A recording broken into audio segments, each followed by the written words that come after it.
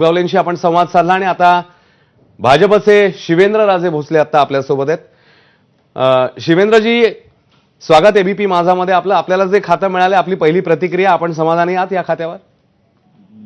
धन्यवाद सर, आपण माझं स्वागत आणि शुभेच्छा दिल्या त्याबद्दल। हो, आणि नक्कीच देवेंद्रजींनी जी जबाबदारी दिली आहे मुख्यमंत्री महोदयांनी, नक्कीच पूर्ण समाधानीता आहे। म्हणजे मला मंत्रिमंडळात काम करण्याची संधी दिली त्यांनी, हो, त्यातच समाधान होतं। त्यावेळेला पण मी सांगितलं होतं की जी जबाबदारी पुढे देतील ती मी त्यांच्या मार्गदर्शनाखाली पार पाडेन।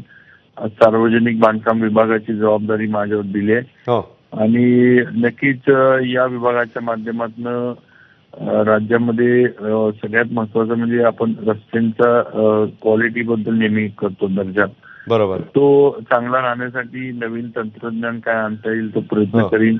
हो, माझ्या आधी रवींद्र चव्हाण साहेबांनी या खात्याची जबाबदारी पार पडली। हो, त्यांनी सुद्धा हॅम मधनं अनेक मोठ्या योजना राबवल्या। हो, एशियन डेव्हलपमेंट बँकेच्या माध्यमातून मोठ्या प्रमाणावर त्यांनी फंडिंग मिळवलं। त्यामुळे त्या सुद्धा योजना ज्या काही पूर्ण करायच्या राहिल्या असतील त्या त्यांच्या मार्गदर्शनाखाली पण पूर्ण करेल। बरोबर। आणि आपण जसं म्हणाला तर रस्त्यांचा दर्जा सुधारण्याच्या दृष्टीने आपला प्रयत्न असणार आहे। तर एक प्रश्न फक्त मुंबई गोवा महामार्गाबद्दल विचारतो आपण। रवींद्र चव्हाणांचाही उल्लेख केला, त्यांनी अनेकदा व्हिजिट केली होती, स्वतः ते जाऊन तिकडे पाहणी करत होते। मुंबई गोवा महामार्गाबद्दल काही खास प्लॅन सध्या डोक्यामध्ये आहे? आज खरं म्हणजे विधानसभेमध्ये अधिवेशनात मुंबई गोवा हायवे बद्दलचा विषय झाला आणि स्वतः मुख्यमंत्र्यांनी पण त्याच्यावर उत्तर दिलंय की लवकरात लवकर हा हायवे पूर्ण करण्याचा प्रयत्न चालू आहे। काही अडचणी आहेत, मग कायदेशीर असतील, काही स्थानिक असतील तर त्या दूर करून काही कॉन्ट्रॅक्टरांच्या असू शकतील। आता मला एवढी त्यातली डिटेल माहिती नाही, पण मी ती घेईन।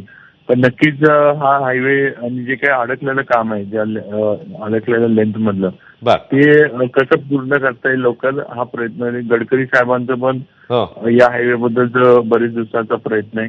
त्यामुळं त्यांच्या मार्गदर्शनाखाली नक्कीच या हायवेचं काम लवकरात लवकर पूर्ण कसं होईल हा प्रयत्न माझा नक्की राहील।